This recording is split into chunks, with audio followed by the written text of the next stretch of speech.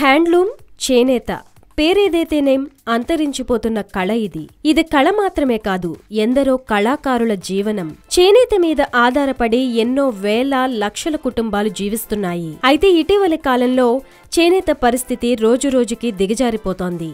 ప్రభుత్వాలు ప్రోత్సాహకాలు అందించకపోవడం, అత్యాధునిక యంత్ర సామాగ్రి అందుబాటులోకి రావడంతో చేనేత కళ అంతరించిపోయే జాబితాలో చేరిపోయింది. ఈ నేపథ్యంలోనే చేనేతకు బ్రాండ్ అంబాసిడర్గా మారిన సమంత అందర్నీ ఆశ్చర్యానికి గురిచేసింది. తెలంగాణలో చేనేతకు బ్రాండ్ అంబాసిడర్గా సమంతని తెలంగాణ ప్రభుత్వం ఎంపిక చేసిన విషయం విదితమే. చేనేత అయితేనేం వెస్టర్న్ ట్రెండ్స్ కి దీటుగా చేనేతలోనూ సత్తా చాటొచ్చని సమంత నిరూపించింది. ఇదిగో ఫోటోలో చూస్తున్నారు కదా సమంత చేనేత సోయగం.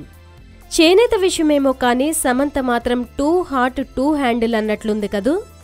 జస్ట్ ఫర్ ఉమెన్ మ్యాగజైన్ కోసం ఇంతకు ముందెన్నడూ లేనంత హాట్ గా సమంత తయారైంది. అయితే మంచి పని కోసమే కాబట్టి హాట్ అపీల్ కంటే సమంత ఆలోచనని అభినందించాల్సిందే ఎవరైనా.